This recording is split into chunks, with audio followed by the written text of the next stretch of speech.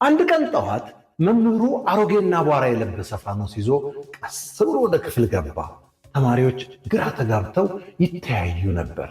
መምህር አለ አንድ ተማሪ ይህንን ድሮ መብራት በሌለበት የገጠር አካባቢ የሚኖሩ ሰዎች ለመብራትነት የሚጠቀሙበትን አሮጌ ነገር ለምን አመጣኸው ሲል ጠየቀ። መምህሩ ፈገግ አለ፣ ፋኖሱን ጠረጴዛው ላይ እያስቀመጠ። ውድ ተማሪዎቼ ዛሬ ስለ ትምህርት ልነግራችሁ እፈልጋለሁ። ወደፊት የጥሩ ደሞዝ ተከፋይ ለመሆን የምትማሩት አይነት ሳይሆን ለሕይወታችሁ ብርሃንን ሊያጎናጽፋችሁ ስለሚችል ትምህርት ነው የምነግራችሁ ብሎ ንግግሩን ጀመረ። ከብዙ ዓመታት በፊት ከአዲስ አበባ ብዙም በማይርቅ ትንሽ መንደር ውስጥ አብረው ያደጉ 3 ልጆች ነበሩ። 3ቱም ትምህርት ቤት ገብተው ይማሩ ነበር። የመጀመሪያው ልጅ ሥራ አግኝቼ ጥሩ ገቢ ማግኘት እንድችል ጠንክሬ እማራለሁ ይል ነበር። ሁለተኛው ልጅ ደግሞ የምማረው ሰዎች እንዲያከብሩኝ ነው ይል ነበር። ሦስተኛው ልጅ ደግሞ የምማረው ዓለምን ለመረዳትና ለአካባቢ ብሎም ለዓለም ለውጥ የበኩሌን አስተዋጽኦ ለማድረግ ነው ይል ነበር። ዓመታት አለፉ። 3ቱም ትምህርታቸውን ጨርሰው በጥሩ ውጤት ተመረቁ።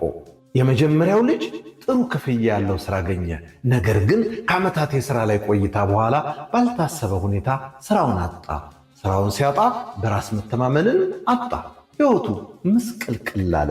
ሁለተኛው ልጅ 3ኛ ዲግሪውን ወይም የዶክትሬት ዲግሪውን እስኪይዝ ድረስ በትምህርቱ ውጤታማ ስለነበርና የተለያዩ ሽልማቶችን በማግኘቱ እንዳሰበው ለጥቂት ዓመታት ያህል አክብሮትንና ዝናን አገኘ።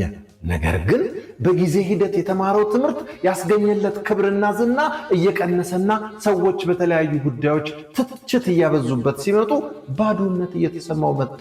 ደስታውንም አጣ።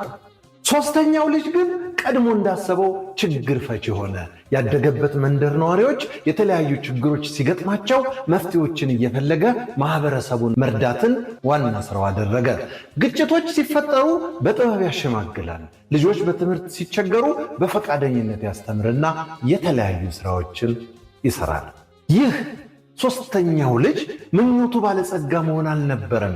በጣም ታዋቂና ዝነኛ መሆን አልነበረም። ነገር ግን በጣም ጠቃሚ ሰው መሆን ቻለ። በሕይወቱ በጣም ደስተኛ ሰው መሆን ቻለ። መምህሩ ንግግሩን ገታ አድርጎ ተማሪዎችን ተመለከታቸው። ሁሉም ተመስጠው ያዳምጡት ነበር። ንግግሩን በመቀጠል ትምህርት አለ በለስላሳ ድምፅ ሥራ ተቀጣሪ ለመሆን የሚረዳ ትኬት አይደለም። የትምህርት ዋና ዓላማ ያስተሳሰብ ለውጥ ማምጣት ነው። በሰሌዳው ላይ 3 ቃላትን ጻፈ። ክህሎት ወይም ስኪል፣ ዝና ወይም ስታተስ፣ ጥበብ ወይም ዊዝደም። ክህሎት ሥራ ሊያስገኝልህ ይችላል። ዝና በሰዎች ዘንድ ትኩረት እንድታገኝ ሊረዳህ ይችላል። ጥበብ ግን የሕይወት አቅጣጫን ይሰጥሃል። አስቡት። መምህሩ ቀጠለ። ትምህርት ሥራ ለማግኘት ብቻ ቢሆን ኖሮ ኢኮኖሚው ሲለወጥ፣ ቴክኖሎጂ የተለመዱ ሥራዎችን ሲተካ፣ የጡረታ ጊዜ ሲመጣ የተማርከው ትምህርት ያገኘኸው ዲግሪ ምን ይሆናል? ወደዚህ ፋኖሱን አነሳ። ይህ ፋኖስ በአንድ ወቅት አስፈላጊ ነበር። ዛሬ አምፖሎች አሉ፣ ግን ብርሃን ራሱ አሁንም አስፈላጊ ነው። ሥራዎች ሊለወጡ ይችላሉ። ማዕረጎች ሊለወጡ ይችላሉ። ኢንዱስትሪዎች ሊነሱና ሊወድቁ ይችላሉ። የሰለጠነ አእምሮ፣ በስርዓት የተገነባ ባህሪ እና የማወቅ ወይም የመማር ጉጉት፣ እነዚህ ፈጽሞ ጊዜ አያልፍባቸው። የትምህርት እውነተኛው ዓላማ ትምህርት ምን ማሰብ እንዳለባችሁ ሳይሆን እንዴት ማሰብ እንዳለባችሁ ያስተምራችኋል።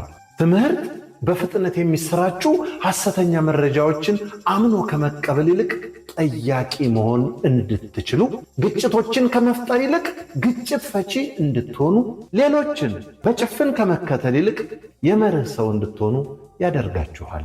መምህሩ ንግግሩን ቀጠለ። ኔልሰን ማንዴላ በአንድ ወቅት ትምህርት ዓለምን ለመለወጥ ልትጠቀምበት የምትችለው በጣም ኃያል መሳሪያ ነው ብለዋል። ሥራ ለማግኘት የሚረዳህ አላሉ፣ ዓለምን ለመለወጥ አሉ እንጂ። ክፍሉ ጸጥ ብሏል። የመጨረሻው ጥያቄ። መምህሩ እያንዳንዱን ተማሪ በጥንቃቄ ተመለከቱ። ውድ ተማሪዎቼ፣ ግባችሁ ጥሩ ገቢ ያለው ሥራ ለማግኘት ከሆነ በተቀጠራችሁበት ቀን መማር ታቆማላችሁ። ነገር ግን ግባችሁ የዕድሜ ልክ እድገት ከሆነ መማርን መቼም ቢሆን አታቆሙም። ከስኬት በኋላም ቢሆን ፋኖሱን ለመጨረሻ ጊዜ ያነሱ። ይህ ፋኖስ ብርሃን አይፈጥርም። ሥራው ብርሃንን መሸከም ብቻ ነው። ትምህርት የወደፊት ሕይወትን አይፈጥርም። ሕይወትን መሸከም እንድትችሉ ብቻ ያዘጋጃችኋል እንጂ። ፈገግ ብሎ ንግግሩን ቀጠለ። ስለዚህ ጥሩ ገቢ ያለው ሥራ ለማግኘት ብቻ ሳይሆን ራሳችሁን ብሎም ዓለምን ለመረዳት ማኅበረሰብን ለማገልገል ጥበብን የተላበሰ ሰው ለመሆን ተማሩ፣ አጥኑ። ከዚያም አንድ የመጨረሻ ጥያቄ ጠየቀ። ትምህርታችሁን ጨርሳችሁ ስትመረቁ የተዘጋጀላችሁን ሥራ የምትሰሩ ወይስ ነገሮች እንዲሰሩ ማድረግ የምትችሉ ሰው ትሆናላችሁ? ደወሉ ተደወለ። ነገር ግን ከተማሪዎቹ መካከል ማንም አልተንቀሳቀሰም። ምክንያቱም በዚች ቀን ትምህርት ለሥራ ሳይሆን ለሕይወት ራስን ማዘጋጀት እንደሆነ ተረድተዋል። አማኑኤል ገብረ ኪዳን እንዳዘጋጀው፣ በለጠ ሸቴ ዘሀገረ ኢትዮጵያ እንዳቀረበው